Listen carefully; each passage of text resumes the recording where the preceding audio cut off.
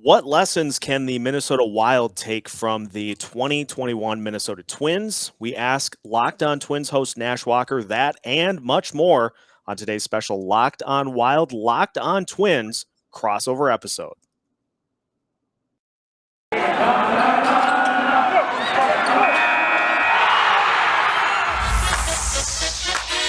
You're Locked On Wild, your daily podcast on the Minnesota Wild, part of the Locked On Podcast Network, your team every day.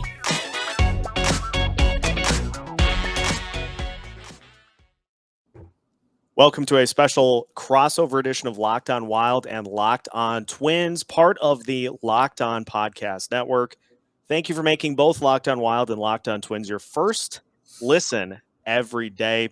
On today's episode, we're going to try to pull some parallels from a disappointing Minnesota Twins season, try to see what went wrong so that the Minnesota Wild do not fall into the same level of disappointment this season. And we are joined by the host of Locked On Twins. You can just call this the double play combo for Locked On Minnesota Sports.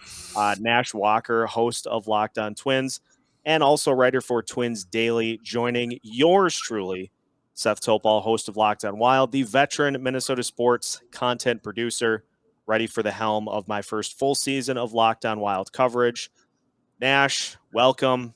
The double play combo of Minnesota sports, as I just coined, that we're going to use for now until perpetuity, is here. What's happening?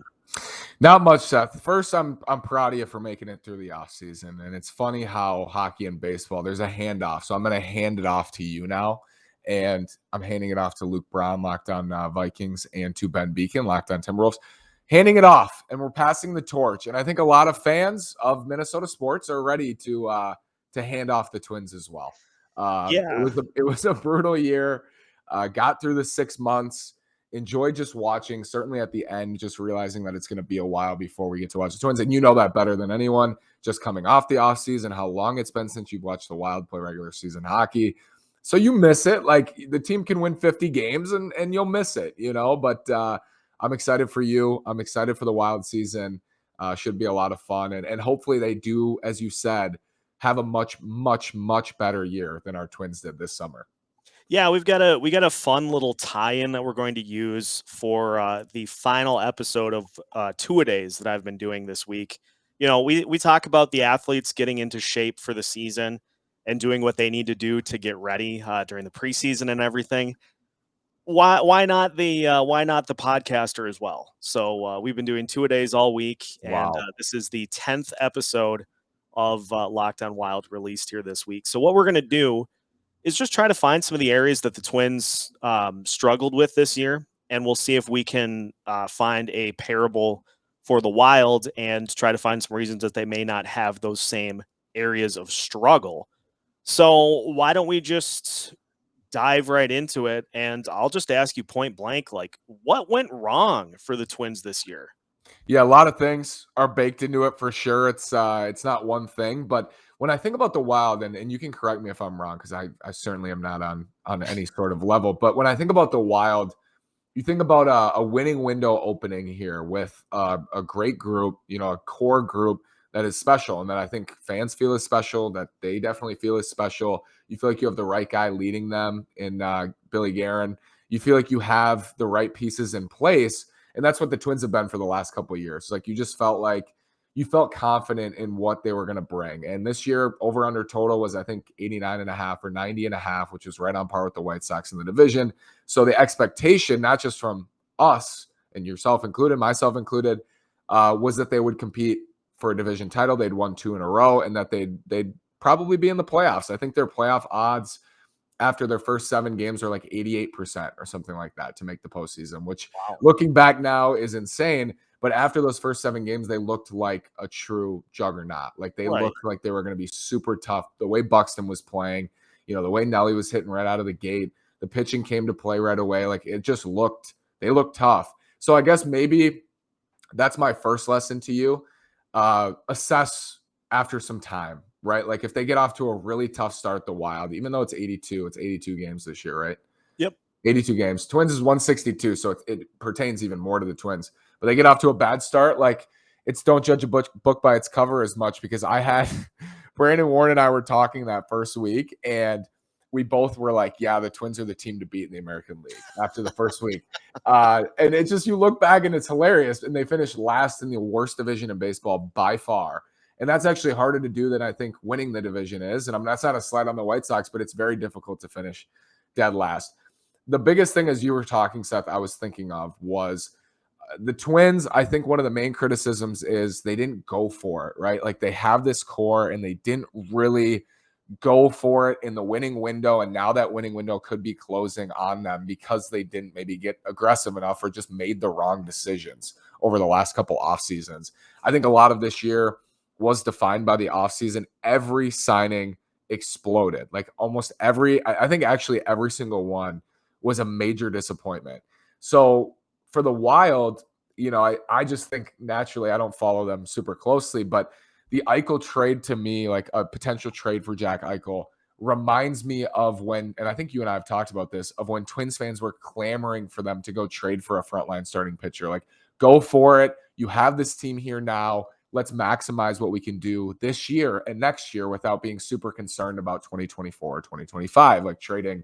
I know they have some good prospects, Marco Rossi and Matt Boldy and those guys. And I know people and yourself, being a 5-day-a-week podcast host and hope to be for the future, you're weary of them trading prospects too. You're like, ooh, you fall in love with these prospects. But that's something that I think of for the Wild. So I'm curious what you think in that same vein, like how critical you are of them for not getting more aggressive, because that should be, to me, when you look back at the Twins, that should be their number one criticism, I would say. Yeah, especially with, and it's fascinating that you brought that up, because the Jack Eichel trade talks have actually heated back up. And there's a list of, I think, 5 teams that are in on him, and the Minnesota Wild, after being a team that was, heavily linked to him for a while, they're now out.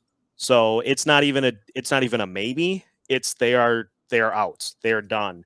And I don't know if that is, I think it has a lot to do with what we saw in the preseason from that trio of guys that are leading the way in Adam Beckman, Marco Rossi, and Matt Boldy being ready to go.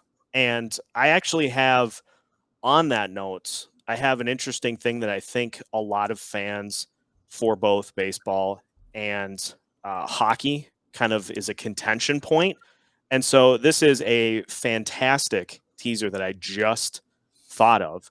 I am going to further dive into that question after the break, because we're seeing the effects of the Wild not wanting to activate the service time yet for those guys. And so we'll continue that on the other end of the break. The Locked On Wild, Locked On Twins crossover episode continues next. This fall, Built Bar wants to help you celebrate freedom of choice. Did you know Built Bar has a wide assortment of delicious flavors? They include coconut, cherry barcia, raspberry, mint brownie, double chocolate, salted caramel, strawberry, orange, cookies and cream, and German chocolate.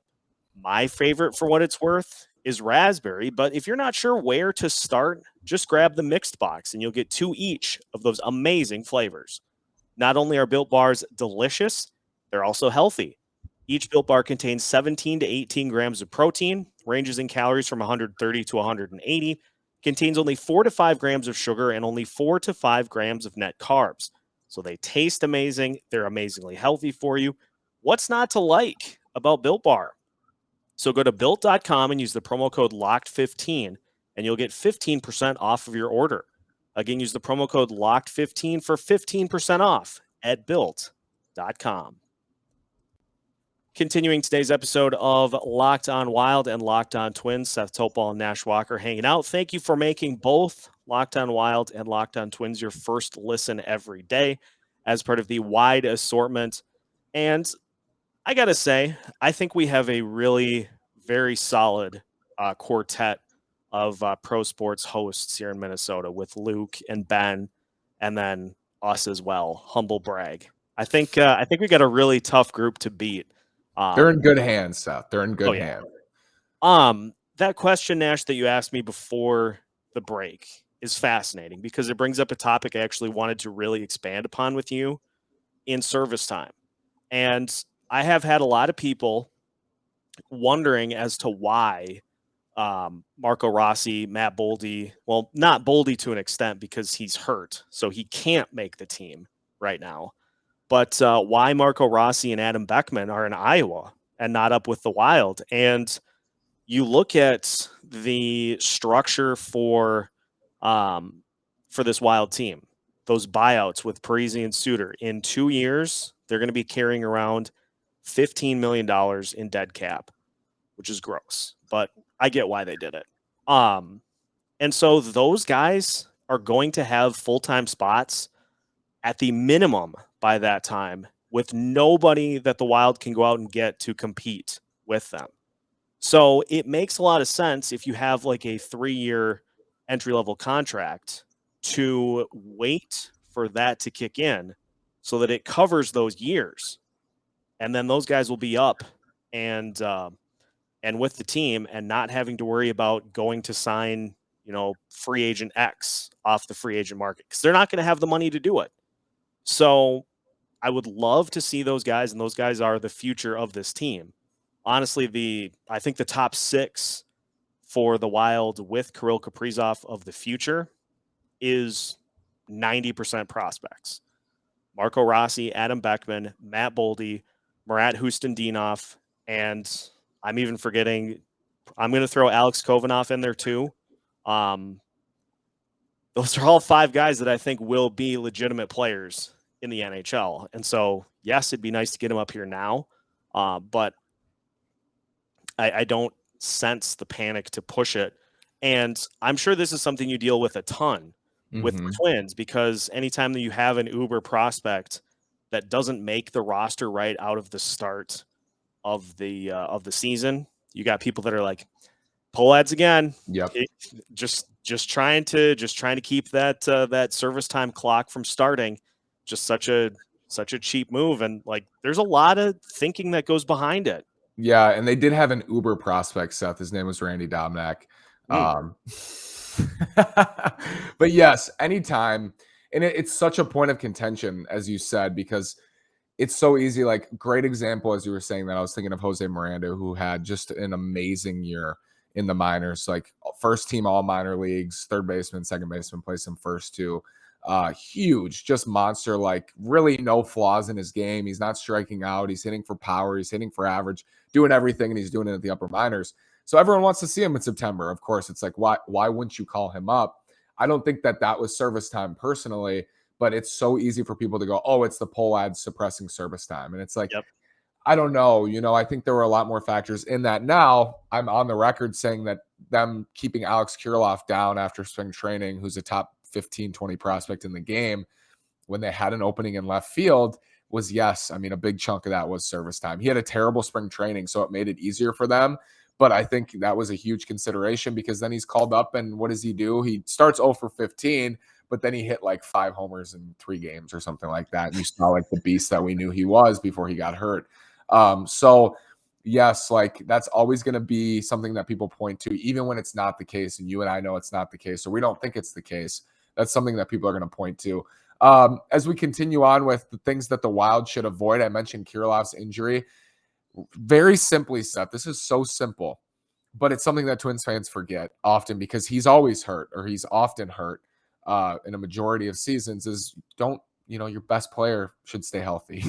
Like, if your best player gets hurt, a lot of times you're going to be in a tough spot, like no matter what team you are. And Byron Buxton was hurt for 100 out of 162 games this year. Yes. And in that case, I mean, what that simply is going to hurt you like that. And you add in bacon all the other injuries, Kenta Maeda with Tommy John, their best pitcher undergoes Tommy John surgery, and their best player is hurt. So when you ask me like what went wrong with the season, sometimes it's that simple to me. Like their best player was hurt. They lost their best pitcher. The pitching was bad, and it resulted in a last place finish. So Kirill Kaprizov being healthy, obviously nothing that can be controlled, but so important. And it'll be easy if the Wild have a disappointing season to look and say like, oh, Kaprizov missed X games. If you're missing your best player, you're going to lose more than you win a lot of time, or you would have won with them because they're your best player. So that's a really simple answer to what is a very complex way, a lot of complex ways in which the season went poorly. Well, and it's fascinating too to answer that question and to try to project, because obviously you can't project injuries. We didn't think Matt Boldy was going to get hurt, and thankfully it wasn't anything knee related. It was an ankle for him. So looking at like a 6-week timetable max, I think, before he will be able to come back out onto the ice. But I think the thing that helps with Kaprizov in terms of keeping him from getting injuries, now it's going to be interesting to watch this year because I think teams are going to try to be more physical with him to try to frustrate him and try to just wear him down. But he plays such a fascinating style of hockey, and he played such an interesting style last year. I don't know if you saw any of the highlights throughout the year of him basically just skating around the perimeter of the zone, waiting for opportunities. While he never ceases to move on the ice, he is very selective about what is a good opportunity and what is not. And so I think that is going to help him avoid any sort of major injury unless it's purely something by accident. He's a guy that is extremely high motor, but he's able to weave in and out of heavy traffic. The other thing that I think is going to help is that his line mate, his centerman on the top line this year is going to be Joel Eriksson Ek, who is a much more physical, much more defensive style of play than Victor Rask was last year. That was one of the things that led to this team losing to Vegas in the playoffs, is that the Golden Knights played such a physical style, and those guys, that top line just could not match up with them defensively. You've got a guy who is low-key one of the best centers in hockey now that can assist with that. And then you got Marcus Foligno waiting to drop the gloves at any moment. If he feels like his surrogate younger brother, Kirill Kaprizov, is getting thrown to the ice too much, he'll drop and pop, as I like to say, with the best of them. So I think Kaprizov is in a spot to at least, consciously avoid any sort of major injury because just of the style that he plays. And, I have always appreciated the style with which Buxton plays, but it is very much a with no regard for human life style. I mean, it's extremely fun to watch, but by diving and by crashing into the wall as much as he does, you open yourself up for some things. And so it's going to be fascinating. There will be an injury or two for this team this year that we don't see coming. And I think the nice thing is that with the guys that I said, like Rossi, Beckman, Kalen Addison on the defensive side, they do have depth that will help this year if they need to, but we'll just have to wait and see. Yeah, depth was an issue certainly for the Twins too, and I thought that was their biggest strength. But you looked at their bench, and Ryan Jeffers really didn't have a good year. Backup catcher, thought he was going to have a solid backup catcher season, and he didn't. Garver missed so much time too with a horrific injury. I don't know if you remember what happened to Garver, but bad injury, and Jeffers was forced into the starting role and really didn't take advantage of being in that starting role. Jake Cave was really, really bad this year, broke his back too. So it's just the depth was tested on a huge level, and I hope the Wild, I hope it's not tested, but if it is, feeling confident in it is definitely a big thing. Oh yeah. I feel like they're suited to be able to. The only spot that I really would be concerned is if we have an injury to Talbot or Capo. I mean, Andrew Hammond has played at the NHL level before. He had some weird season where I think he went like 20-3. I don't know, but he has played at the NHL level, but there's going to be a drop off. Talbot is obviously the starter, Capo the backup, and then Hammond is, well, he's in Iowa for a reason. So we'll have to see. Tell you what, let's turn it over to you to ask just some general Wild questions when we come back for the final segment of today's crossover episode of Locked On Wild and Locked On Twins. More coming up next. BetOnline.ag is back and better than ever. All eyes are on the gridiron as teams are back for another football season. And as always, BetOnline.ag is your number one spot for all the pro and college football action this season. With a new updated site and interface, even more odds, props, and contests, BetOnline.ag continues to be the number one source for everything football. So head over to BetOnline.ag on your laptop or mobile device to sign up today to receive your 50% welcome bonus on your first deposit. Make sure to use the promo code LOCKEDON to receive that welcome bonus. From football, basketball, boxing, right to your favorite Vegas casino games. Don't wait to take advantage of all the amazing offers available for the 2021 season. BetOnline.ag is the fastest and easiest way to bet on all of your favorite sports. BetOnline.ag, where the game starts. Final segment of today's special crossover That was episode. mesmerizing. I feel like I'm like lulled to sleep. I'm like, wow, that's amazing. Yeah, can you tell I've read a few ads in my day in my decade of radio experience? Yes. It comes in handy. It's the little things. Yeah, Seth. So the Wild season starts tonight in Anaheim, as you said. Yes. 9:00 puck drop. I got two questions for you. Number one, very simple. Where do you see this team finishing this year, and in the context of the Western Conference? I have the Wild second in the Central, and here's why. We've seen it already a little bit. Now, obviously, it's one game in both cases, so overreaction century here. Marc-Andre Fleury and Connor Hellebuyck did not look great in their debuts of this season, and so for two teams that are expected to fight for spots at the top of the Central that are heavily relying on goalie play, not a great debut for Chicago and Winnipeg. And so if they struggle, especially in the goalie spot, that's going to open things up for the Wild. And Colorado looked great to start the season against Vegas. They're going to be the team to beat in the Central, but I really feel like this Wild team is going to be just fine contending with the rest of the Central. So I got them in the second spot, and I have them going up against the Colorado Avalanche in the, I don't know at this point. I think it'd be the second round of the playoffs. It's hard to tell with there being more teams now. So I have them playing the Avalanche in the second round of the playoffs. I have them winning the first round, which will be against one of the wild card teams. So, is it expanded playoffs now too? Yeah. So you got the three division winners in each conference, and then you have the two wild cards. Okay. So there'll be 8 teams in each conference. And so I have the Wild. The crazy thing too is that I think they're going to be 3 playoff teams from the Pacific. That'll be it. The other 5 are coming from the Central. So the Wild will get in. I think they get the number 2 in the Central Division. They'll win their first playoff series, and I think they go to 6 or 7 with the Avalanche. And at that point, I would consider that a successful season for this team, getting further than they did last year.